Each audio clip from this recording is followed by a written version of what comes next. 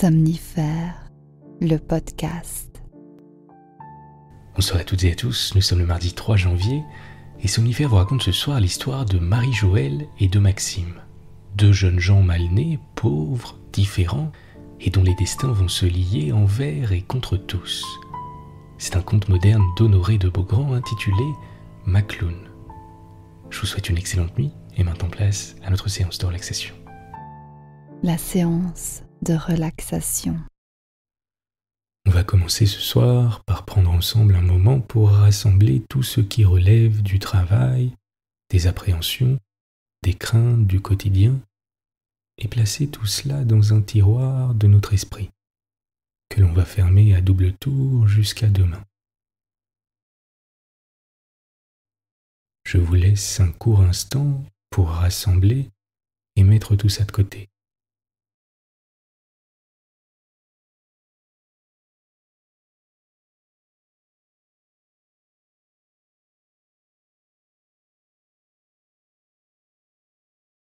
Je vous invite à prendre une grande inspiration, la plus grande que vous ayez prise aujourd'hui, et à relâcher à l'expire toutes les tensions et les émotions indésirables.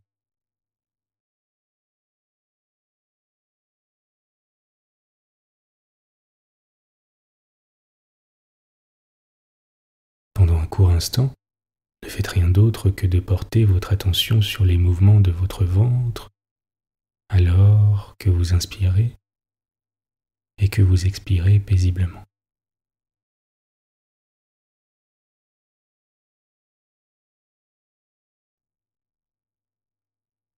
Prenez un moment à présent pour visualiser la version de vous-même qui serait la plus calme et la plus sereine.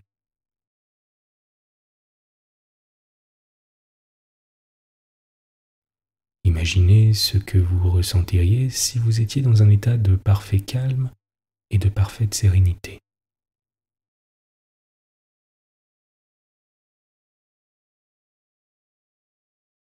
Quelles seraient vos émotions? Les traits de votre visage, détendus, radieux.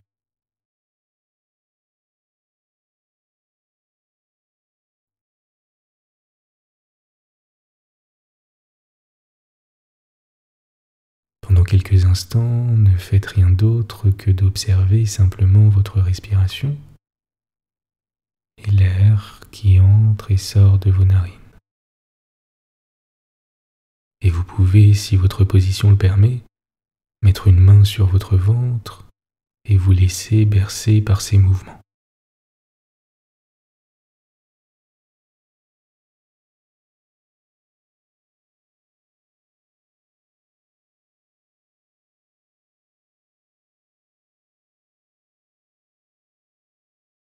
Faites en sorte, comme d'habitude, de vous assurer que vos muscles sont parfaitement détendus,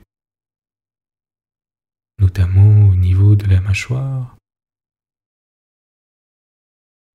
de la langue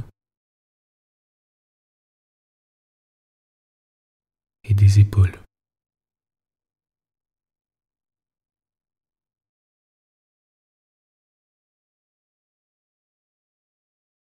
Portez à présent toute votre attention sur vos deux mains et observez simplement vos sensations pendant quelques instants.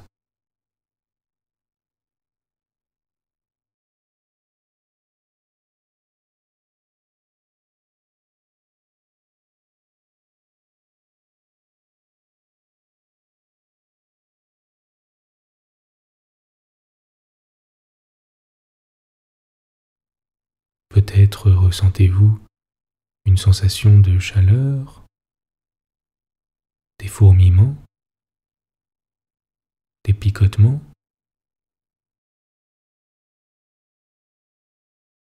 Laissez cette sensation remonter lentement le long de vos avant-bras.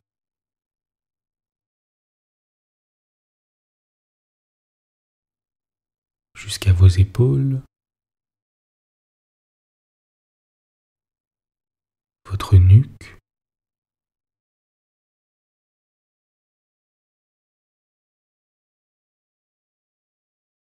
et l'ensemble de votre dos.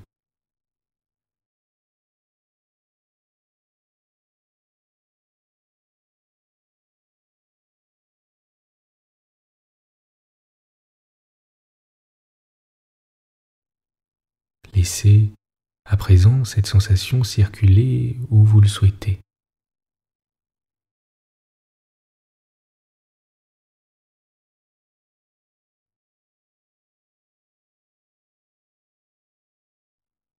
Laissez votre respiration s'apaiser, s'adoucir,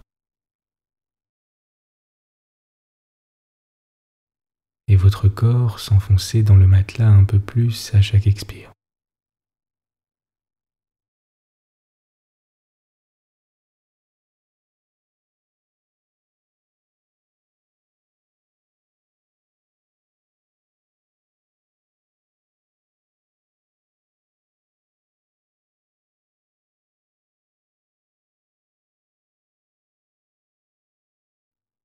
Continuez d'observer vos sensations.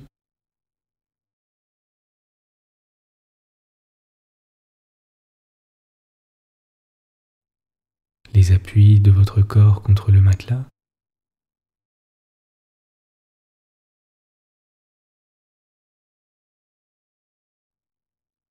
La température de l'air à l'inspire et à l'expire.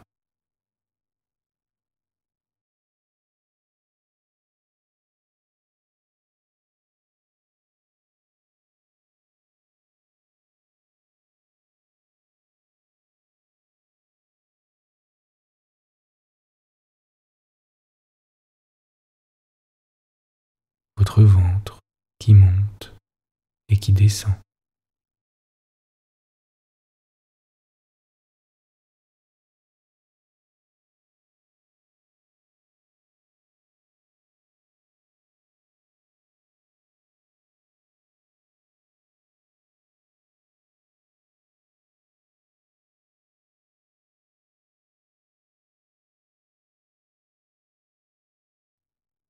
Vous êtes calme et détendu. L'histoire du soir. Honoré Beaugrand, Macloun. Bien qu'on lui eût donné au baptême le prénom de Maxime, tout le monde au village l'appelait Macloun.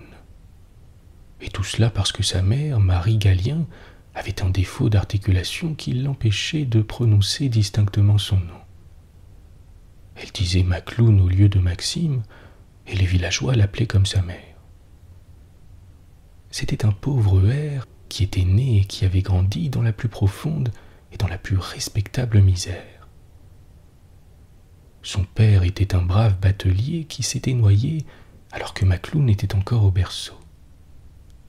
Et la mère avait réussi tant bien que mal, en allant en journée à droite et à gauche, à traîner une pénible existence et à réchapper la vie de son enfant. Macloun était né rachitique, mais il avait vécu et grandi, en dépit des prédictions de toutes les commères des alentours. Le pauvre garçon était un monstre de laideur.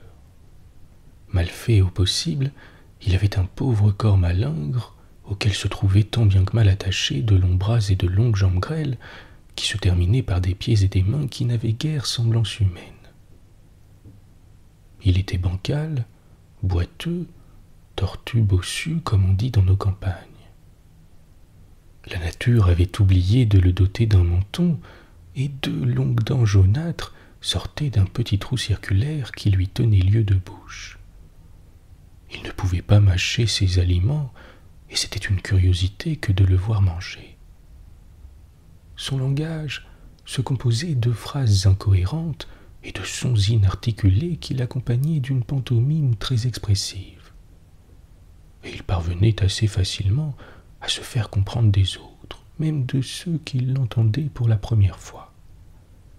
En dépit de cette laideur vraiment repoussante et de cette difficulté de langage, Macloun était adoré par sa mère et aimé de tous les villageois. C'est qu'il était aussi bon qu'il était laid, et il avait deux grands yeux bleus qui vous fixaient comme pour vous dire « C'est vrai, je suis bien horrible à voir, mais tel que vous me voyez, je suis le seul support de ma vieille mère malade, et si chétif que je sois, il me faut travailler pour lui donner du pain. Et pas un gamin, même les plus méchants, aurait osé se moquer de sa laideur ou abuser de sa faiblesse. Et puis on le prenait en pitié, parce que l'on disait au village qu'une sauvagesse avait jeté un sort à Marie Gallien quelques mois avant la naissance de Macloune. Cette sauvagesse était une faiseuse de paniers qui courait les campagnes et qui s'enivrait dès qu'elle avait pu amasser assez d'argent pour s'acheter une bouteille de whisky. Et c'était alors une orgie qui restait à jamais gravée dans la mémoire de ceux qui en étaient témoins. La malheureuse courait par les rues en poussant des cris de bête fauve et en s'arrachant les cheveux. C'est dans une de ces occasions que la sauvagesse avait voulu forcer la porte de la maisonnette de Marie Gallien et qu'elle avait maudit la pauvre femme, à demi morte de peur, qui avait refusé de la laisser rentrer chez elle. Et l'on croyait généralement au village que c'était la malédiction de la sauvagesse qui était la cause de la laideur de ce pauvre Macloune. On disait aussi, mais sans l'affirmer catégoriquement, qu'un quêteux de Saint-Michel de Yamaska, qui avait la réputation d'être un peu sorcier, avait jeté un autre sort à Marie Gallien parce que la pauvre femme n'avait pu lui faire l'aumône. Elle était elle-même dans la plus grande misère pendant ses relevailles après la naissance de son enfant. Macloune avait grandi en travaillant, se rendant utile lorsqu'il le pouvait, et toujours prêt à rendre service, à faire une commission ou à prêter la main lorsque l'occasion se présentait. Il n'avait jamais été à l'école, et ce n'est que très tard, à l'âge de 13 ou 14 ans, que le curé du village lui avait permis de faire sa première communion. Bien qu'il ne fût pas ce que l'on appelle un simple d'esprit, il avait poussé un peu à la diable, et son intelligence, qui n'était pas très vive, n'avait jamais été cultivée. Macloune avait développé de bonne heure un penchant pour le commerce et le brocantage. Il n'y eut plus de misère dans la petite famille à dater de cette époque. Mais le pauvre garçon avait compté sans la maladie, qui commença à s'attaquer à son pauvre corps, déjà si faible et si cruellement éprouvé. Pendant la saison des fraises, des framboises et des bleuets, il avait organisé un petit commerce de gros qui lui rapportait d'assez beaux bénéfices. Il achetait ses fruits des villageois pour aller les revendre sur les marchés de Montréal. C'est alors qu'il fit la connaissance d'une pauvre fille qui lui apportait ses bleuets de la rive opposée du fleuve où elle habitait, dans la concession de la Petite Misère. La rencontre de cette fille fut toute une révélation dans l'existence du pauvre Macloune. La jeune fille, qui s'appelait Marie-Joëlle, n'était ni riche ni belle. C'était une pauvre orpheline maigre, chétive, épuisée par le travail, qu'un oncle avait recueillie par charité et que l'on faisait travailler comme une esclave en échange d'une maigre pitance et de vêtements de rebut qui suffisaient à peine pour la couvrir décemment. La pauvrette n'avait jamais porté de chaussures de sa vie, et un petit châle noir à carreaux rouges servait à lui couvrir la tête et les épaules. Le premier témoignage d'affection que lui donna Macloune fut l'achat d'une paire de souliers et d'une robe d'indienne à ramages qu'il apporta un jour de Montréal et qu'il offrit timidement à la pauvre fille en lui disant dans son langage particulier: « Robe, mamselle, souliers, mamselle. Macloune achète ça pour vous, vous prendre. » Et Marie-Joëlle avait accepté simplement devant le regard d'inexprimable affection dont l'avait enveloppé Macloune en lui offrant son cadeau. C'était la première fois que la pauvre Marichette, comme on l'appelait toujours, se voyait l'objet d'une offrande qui ne provenait pas d'un sentiment de pitié. Elle avait compris Macloune, et sans s'occuper de sa laideur et de son baragouinage, son cœur avait été profondément touché. Et à dater de ce jour-là, Macloune et Marichette s'aimèrent comme on s'aime lorsqu'on a 18 ans, oubliant que la nature avait fait d'eux des êtres à part. Macloune, dans sa franchise et dans sa simplicité, raconta à sa mère ce qui s'était passé. et la vieille Marie Gallien trouva tout naturel que son fils eût choisi une bonne amie et qu'il pensât au mariage. Tout le village fut bientôt dans le secret, car le dimanche suivant, Macloune était parti de bonne heure dans son canot pour se rendre à la Petite Misère dans le but de prier Marichette de l'accompagner à la grande-messe à Lanoraie. Et celle-ci avait accepté sans se faire prier, trouvant la demande absolument naturelle, puisqu'elle avait accepté Macloune comme son cavalier en recevant ses cadeaux. Marichette se fit belle pour l'occasion. Elle mit sa robe à ramage et ses souliers français. Il ne lui manquait plus qu'un chapeau à plumes, comme en portaient les filles de Lanoraie, pour en faire une demoiselle à la mode.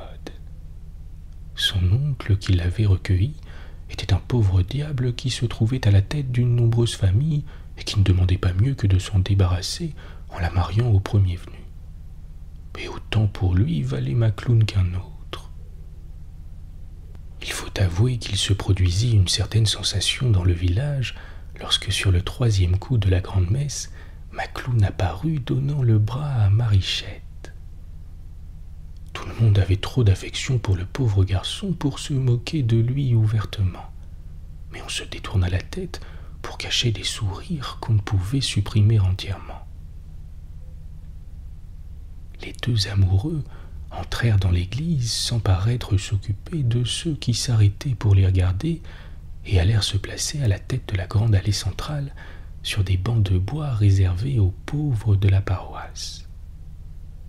Et là, sans tourner la tête une seule fois et sans s'occuper de l'effet qu'ils produisaient, ils entendirent la messe avec la plus grande piété. Ils sortirent de même qu'ils étaient entrés, comme s'ils eussent été seuls au monde, et ils se rendirent tranquillement à pas mesurés chez Marie Gallien, où les attendait le dîner du dimanche. Macloune a fait une blonde. Macloune va se marier. Macloune qui fréquente la Marichette.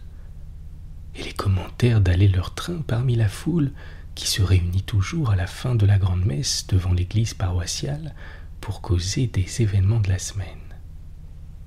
C'est un brave et honnête garçon, disait un peu tout le monde. Mais il n'y avait pas de bon sens pour un singe comme lui de penser au mariage. C'était là le verdict populaire. Le médecin qui était célibataire et qui dînait chez le curé tous les dimanches lui souffla un mot de la chose pendant le repas et il fut convenu entre eux qu'il fallait empêcher ce mariage à tout prix.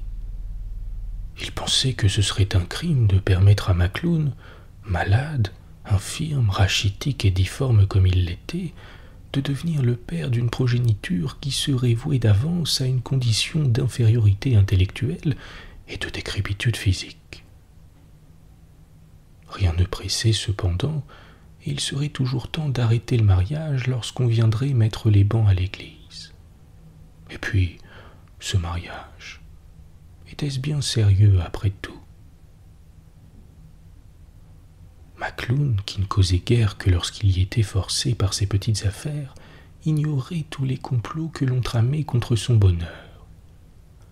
Il vaquait à ses occupations selon son habitude, mais chaque soir, à la faveur de l'obscurité, lorsque tout reposait au village, il montait dans son canot et traversait à la Petite Misère pour y rencontrer Marichette, qui l'attendait sur la falaise afin de l'apercevoir de plus loin. Si pauvre qu'il fût, il trouvait toujours un moyen d'apporter un petit cadeau à sa bonne amie. Un bout de ruban, un mouchoir de coton, un fruit, un bonbon qu'on lui avait donné et qu'il avait conservé, quelques fleurs sauvages qu'il avait cueillies dans les champs ou sur les bords de la grande route. Il offrait cela avec toujours le même. « Bonjour, Marichette. Bonjour, Macloune. » Et c'était là toute leur conversation. Ils s'asseyaient sur le bord du canot que Macloune avait tiré sur la grève, et ils attendaient là, quelquefois pendant 1 heure entière, jusqu'au moment où une voix de femme se faisait entendre de la maison. Marichette. C'était la tante qui proclamait l'heure de rentrer pour se mettre au lit. Les deux amoureux se donnaient tristement la main en se regardant fixement les yeux dans les yeux, et « Bonsoir, Maïchette. Bonsoir, Macloune. » Et Marichette rentrait au logis, et Macloune retournait à l'Anorée.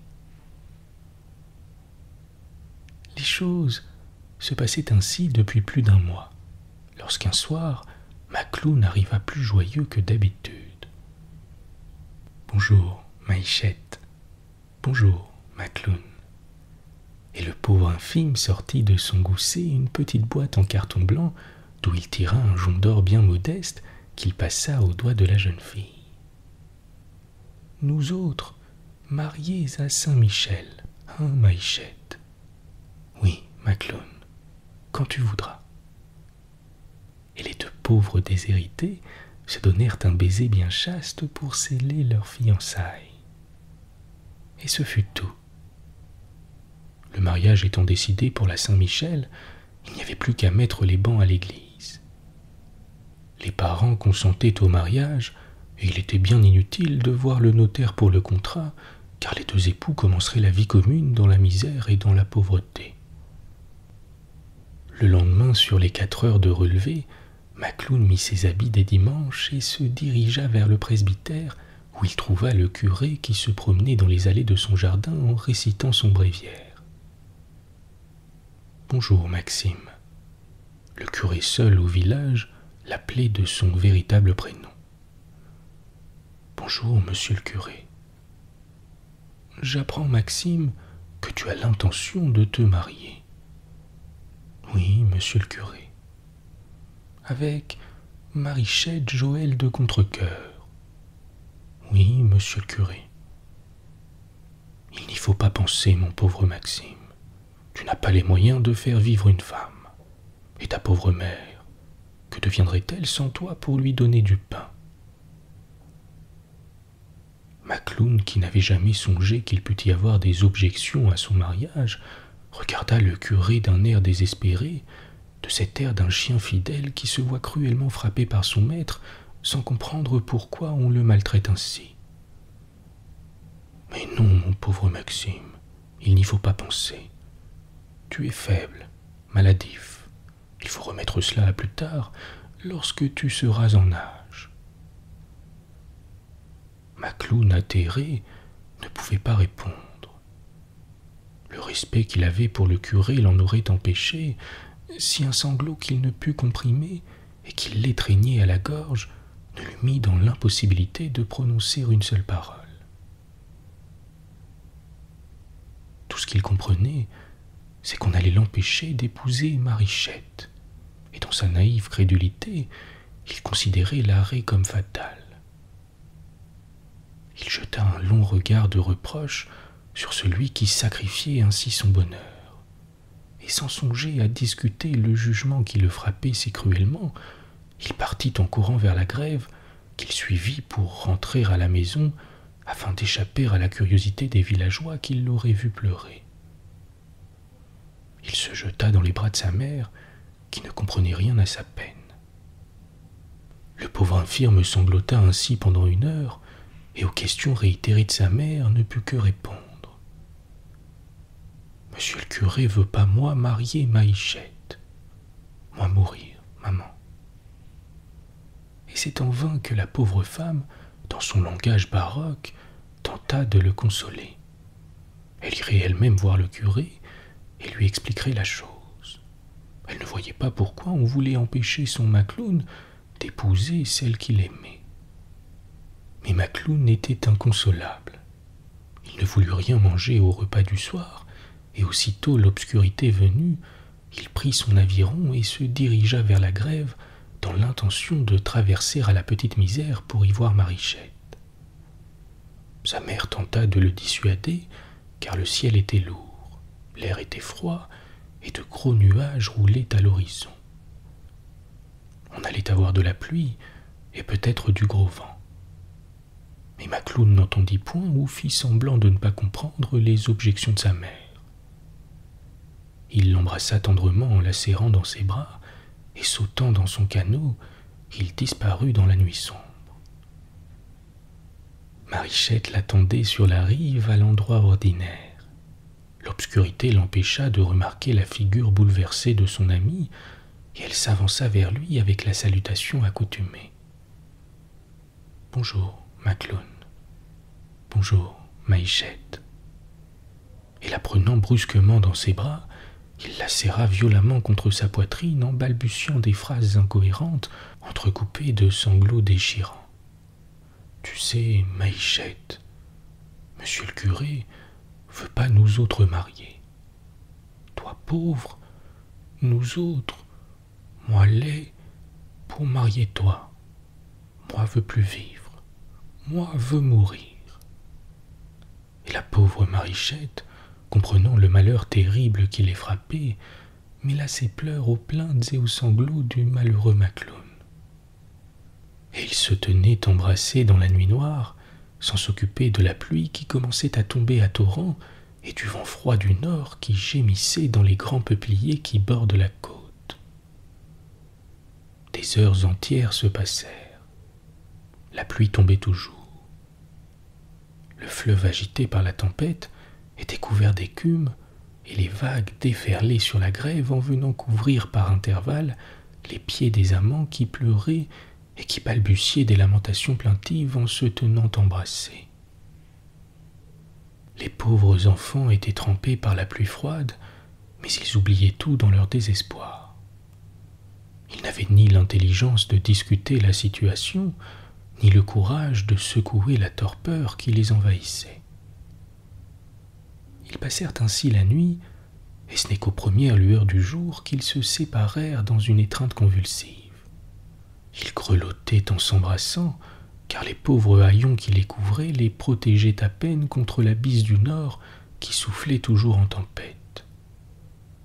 Était-ce par pressentiment ou simplement par désespoir qu'ils se dirent « Adieu, Macloune. Adieu, Marichette. » Et la pauvrette, trempée et transie jusqu'à la moelle, claquant des dents, rentra chez son oncle où l'on ne s'était pas aperçu de son absence, tandis que Macloune lançait son canot dans les roulins et se dirigeait vers la Norée. Il avait vent contraire, et il fallait toute son habileté pour empêcher la frêle embarcation d'être submergée dans les vagues. Il en eut bien pour 2 heures d'un travail incessant avant d'atteindre la rive opposée.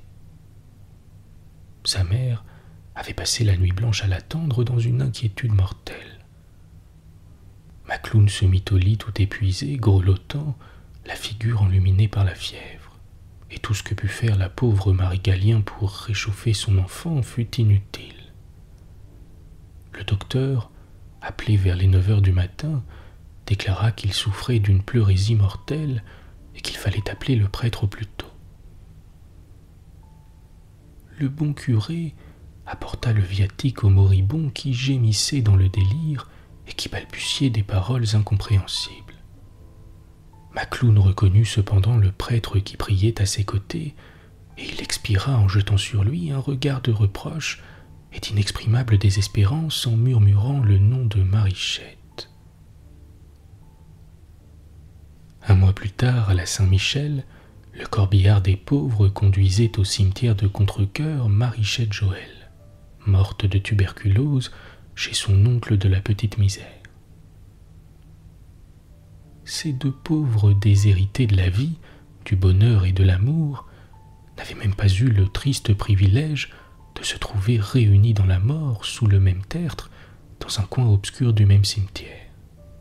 Mais leur destin était d'être réunis, et comme personne ne peut s'opposer au destin, ils le sont désormais.